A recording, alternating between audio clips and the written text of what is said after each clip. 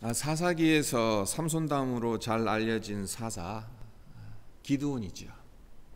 군사 300명과 함께 이스라엘 백성을 괴롭히는 미디안 족속을 횃불과 항아리만으로 싸워 이겼던 전설적인 인물이었는데요. 그런 기드온을 이야기하는 데 있어서 먼저 생각해야 할 것은 이스라엘을 괴롭혔던 미디안은 무엇을 의미하냐는 겁니다. 미디안은 유목민족입니다. 정착 생활을 하지 않았습니다. 따라서 광야나 사막에서 지내다가 추수 때가 되면 이스라엘을 쳐들어와서 곡식을 탈취해 갑니다. 어떻게 보면 기껏해야 1년에 한두 차례 괴롭히는 것이기 때문에 별것 아니라는 생각을 할 수도 있겠지요. 그러나 실제로는 그렇지 않습니다. 그 영향력이 매우 심각했습니다. 왜냐하면 1년 내내 땀 흘려 가꾸어서 거두들인 곡식을 한순간에 모두 빼앗기게 되다 보니 생활고에 시달리게 되었고, 미디안으로부터 이러한 괴롭힘을 당하기 싫어서 집이 아닌 동굴에서 생활하는 사람들이 속출하였거든요. 어디에서 이 사실을 발견할 수 있냐 하면요, 2절을 보세요. 2절을 보면 이스라엘 자손이 미디안으로 말미암아 산에서 웅덩이와 굴과 산성을 자기들을 위하여 만들었으며 라는 구절이 나옵니다. 어떻게 해서든 미디안으로부터 괴롭힘을 당하지 않으려고 산에 웅덩이와 굴과 산성을 만들었던 겁니다. 우리에게도 미디안과 같은 것이 있습니다. 일주일에 한 번, 혹은 한 달 아니면 1년에 두서너 차례 가끔씩 우리에게 와서 우리를 넘어뜨리면서 무기력하게 만드는 영적 장애물들이 있습니다. 우리에게서 하나님의 평강 그리고 구원의 감격과 은혜를 빼앗고 동굴 속에서 칩거하듯 초라하게 살아가게 하는 것들이 있습니다. 성도 여러분, 여러분들에게 미디안은 무엇입니까? 하나님은 우리에게 있는 영적인 미디안의 심각성을 알고 깨닫기를 원하십니다. 미디안이 그렇게 괴롭힌 이스라엘 백성들 하나님 앞에 울부짖죠. 그러니까 하나님께서 기드온을 보내십니다. 그렇다면 미디안 족속을 물리친 기드온은 어떤 사람이었어요? 하나님께 부름을 받았던 때부터 용감한 사람이었습니까? 용사였습니까? 아니죠. 겁이 많은 연약한 자였습니다. 기드온이 얼마나 겁이 많았는지 11절을 보십시오. 11절에 뭐라고 이야기를 하고 있습니까?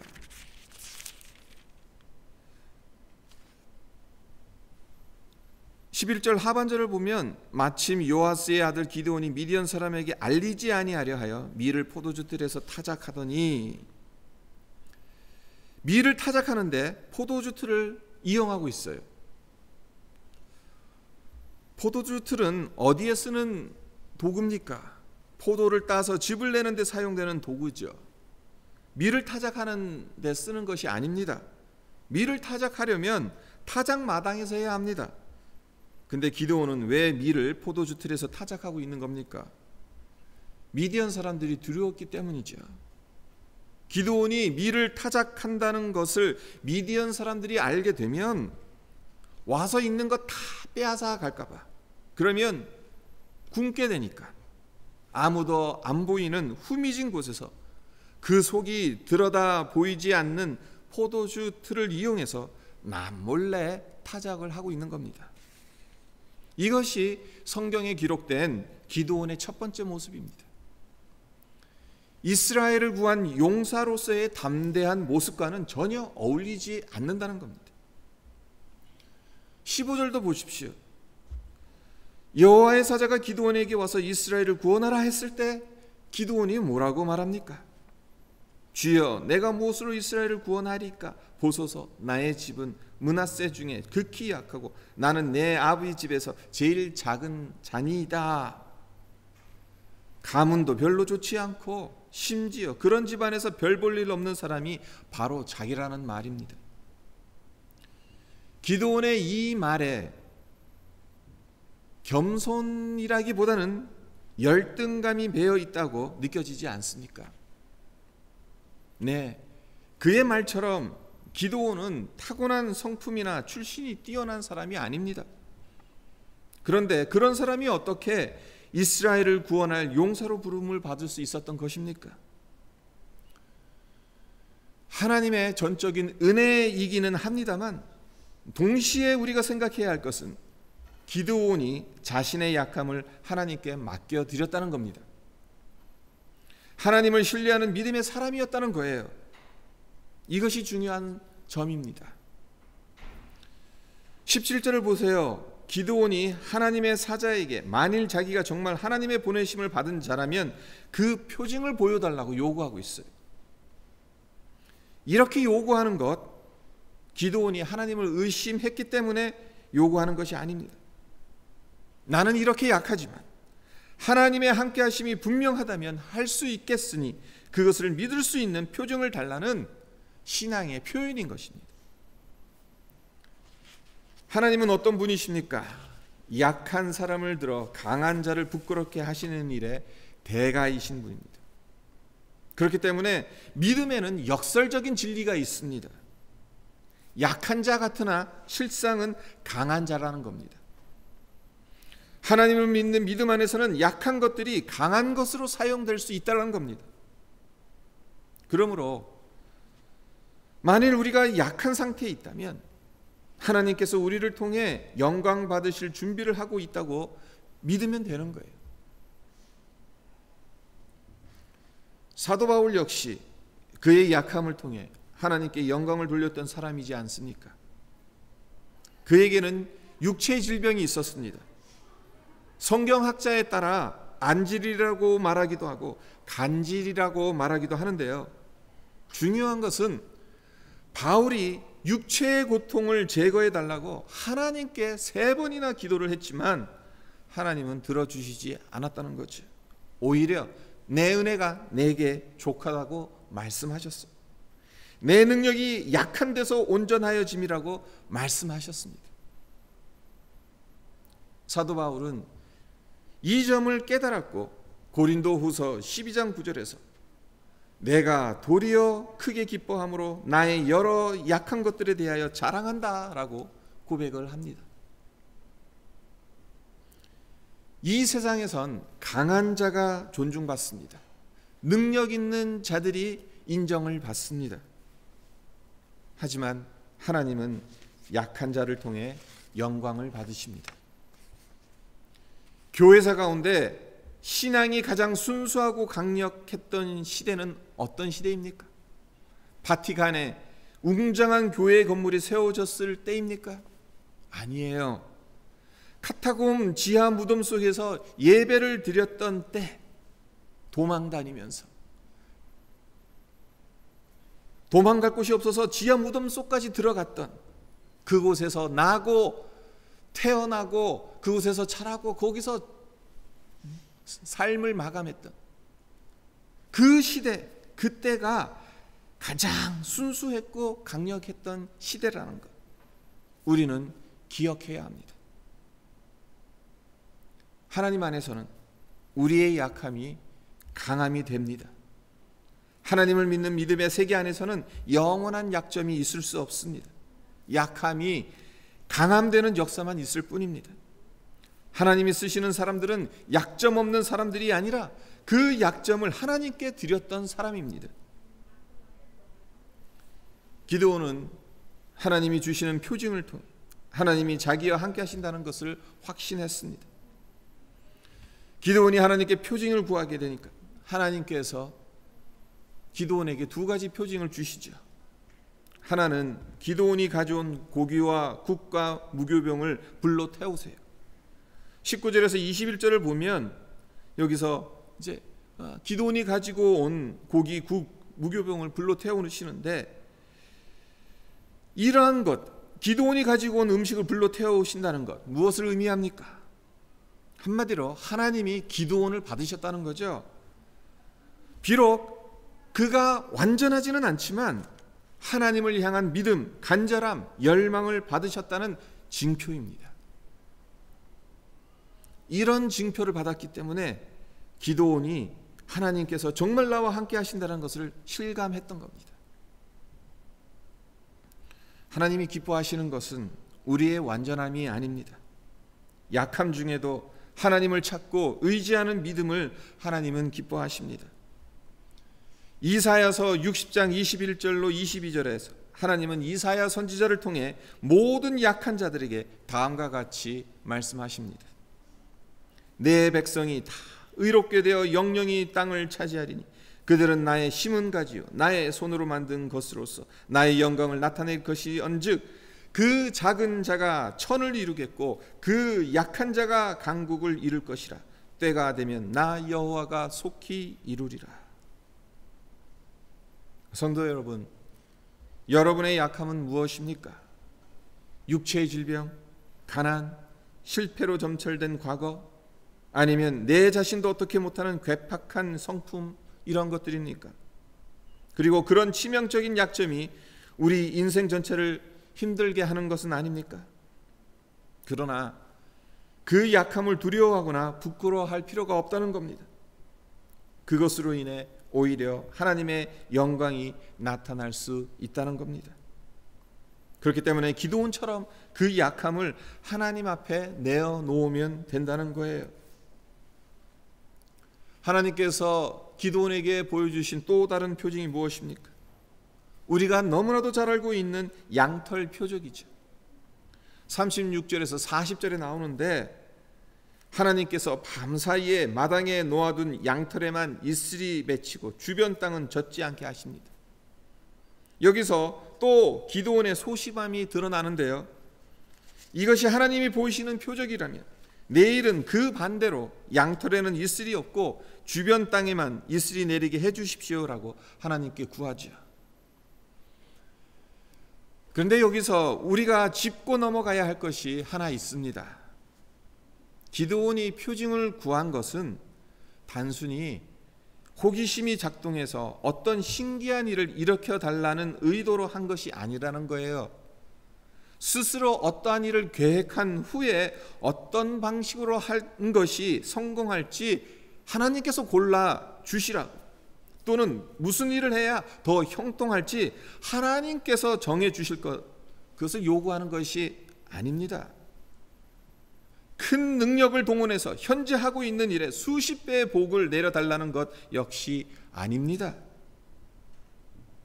사실 이스라엘을 미디안의 괴롭힘에서 벗어나게 하는 사사가 된다는 것, 그것은 사령관으로 전쟁을 지휘해야 한다는 겁니다. 전쟁터에 나가게 되면 당연히 전사할 가능성도 있죠. 그렇기 때문에 미디안이 두려워 포도주 틀에 숨어서 타작했던 그에겐 엄청나게 큰 일입니다. 우리가 기드온의 입장이 된다면 어떻게 반응했을까? 어쩌면 이 핑계 저 핑계 대면서 끝까지 도망치지 않았을까? 비록 기드온은 소심하고 겁이 많은 사람이기는 합니다만 이 부르심이 하나님께로 온 것이 분명하다면 순종할 수밖에 없고, 또 그러하겠다는 믿음이 있었기 때문에 본인 말대로 내가 주께 진짜로 은혜를 얻었는지를 알고 싶어서 최대한 확실한 답을 구하고 있는 거예요. 이에 하나님께서 친절하게도 기드온의 그 구한 대로 응답하시죠. 그 다음날 기드온이 구한 대로 양털에는 이슬이 묻지 않고 주변 땅에 이슬이 내리게 해주시면서 하나님이 기드온과 함께 하신다는 것을 확증해 주셨습니다. 12절로 18절까지 하나님과 기드온의 대화를 잘 들어보세요. 12절에서 18절에 하나님과 기드온의 대화가 이렇게 나오고 있는데, 특별히 하나님의 어떤 면이 두드러지는지를 한번 주의해서 보십시오. 하나님은 기드온을 계속 설득하고 계세요.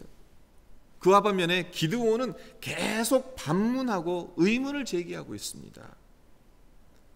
하나님은 일일이 기드온의 반문에 아주 친절하게 대답해 주시고 있어요.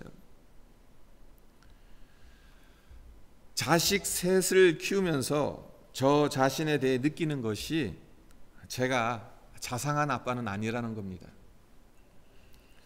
아이들이 보통 질문을 하면 질문 하나로 끝나지 않잖아요. 아이들 질문에는 꼬리가 달렸는지 대답을 하면 그와 연관된 또 다른 질문이 계속 이어져 나옵니다. 그러면 솔직히 피곤해요. 그래서 몇 마디 해주다가 끝내는 귀찮으니까 몰라도 돼, 나중에 됐어, 이렇게 아이들 말을 끊어버릴 때가 얼마나 많은지 모릅니다. 하지만 하나님은 어떤 분이십니까? 우리가 하나님의 마음을 헤아리는 그 수준에 이를 때까지, 하나님의 뜻을 깨달을 때까지, 그래서 하나님의 뜻에 순종할 때까지 참고 참으시며 기다리십니다. 하나님이 기드온에게 양털 표징을 보여주시는 이유는 신앙생활을 표징을 요구하는 식으로 하는 것이 방법적으로 옳다라는 방법의 정당성을 말하려는 것이 아닙니다. 하나님 앞에서 믿음을 가지고 몸부림치는 기드온의 나약함을 인정하시고 그를 어떻게든지 하나님 수준으로 이끌어 주시려는 하나님의 인내하심이고 친절하심을 보여주시는 겁니다. 마침내 기드온이 하나님의 이러한 마음을 헤아렸죠. 그래서 그가 취한 행동이 무엇이었는가 하면 단을 쌓아 예배를 드렸어요. 24절을 보세요. 24절을 보시면 하나님이 자기와 함께 계심을 확증받은 기드온이 단을 쌓아 예배를 드리고 난 후에 그 제단 이름을 뭐라고 이름을 붙입니까? 여호와 샬롬이라고 이름을 붙입니다. 기드온이 왜 제단의 이름을 여호와 샬롬이라고 붙였을까? 왜 하필? 다른 많은 이름들이 있었을 텐데 왜 평강이라는 뜻을 가진 여호와 샬롬, 샬롬이라는 이름을 그 제단의 이름으로 붙였을까? 하나님으로 인해 이제 자기가 평화롭게 살게 되었다는 것을 깨달았기 때문입니다. 하나님의 인내와 기다림, 친절하심으로 이제 안도하게 된 것이 너무 감사해서 이 이름을 붙인 것입니다. 생각해 보십시오. 기드온은 겁많고 소심한, 그래서 무엇을 해도 마음에 두려움과 초조함이 있을 뿐이지 평강은 없었던 사람입니다. 그런 그가 이스라엘 백성들을 미디안으로부터 구원해내야 하는 중차대한 부르심을 받으면서 무엇을 경험했냐는 거예요. 하나님이 나와 함께 하시는구나. 비록 나는 연약하지만 하나님이 이렇게까지 나와 함께 하시는 것을 보여주시는구나. 표징들을 통해서.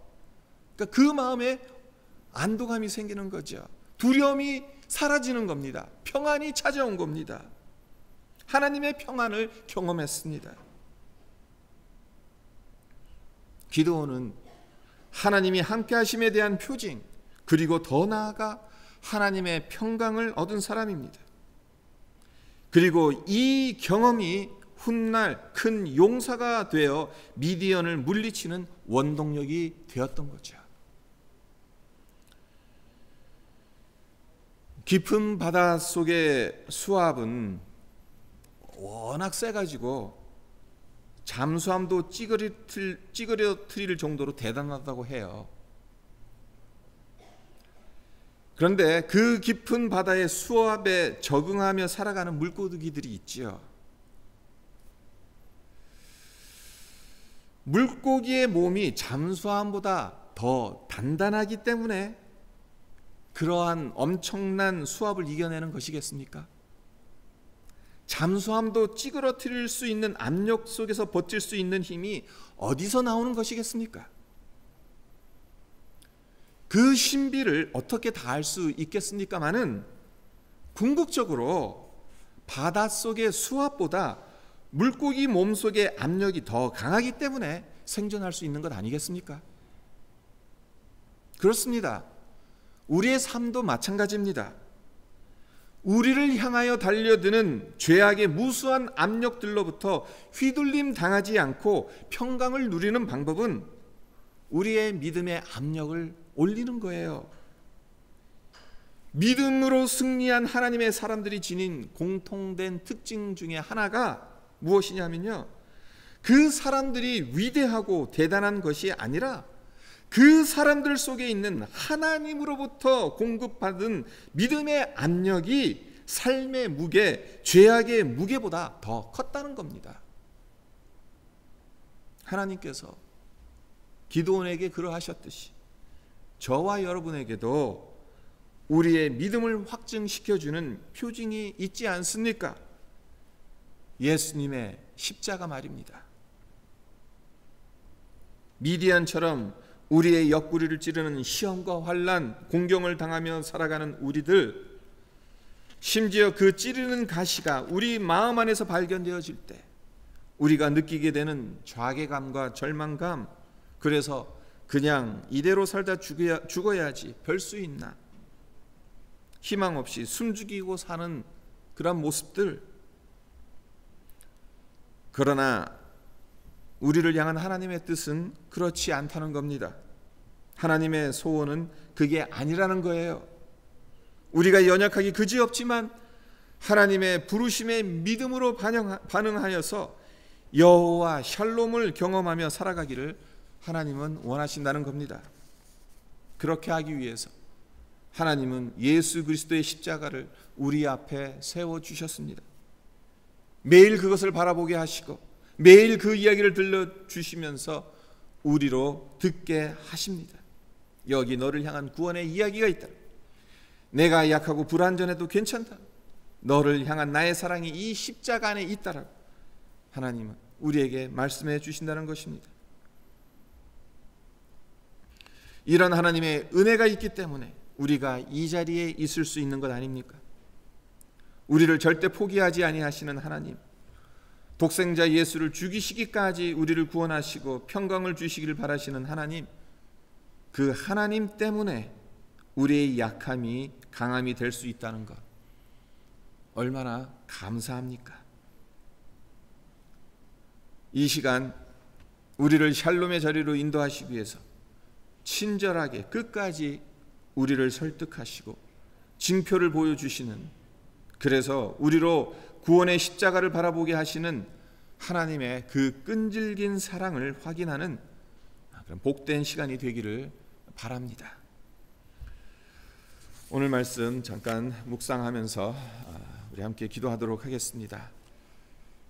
기드온이 처음부터 용사가 아니었다는 것, 얼마나 겁쟁이였고 소심했던 사람이었고 하나님께 쓰임 받을 수 있는 어떠한 그러한 자격이 전혀 없었던 사람이었는지도 몰라요.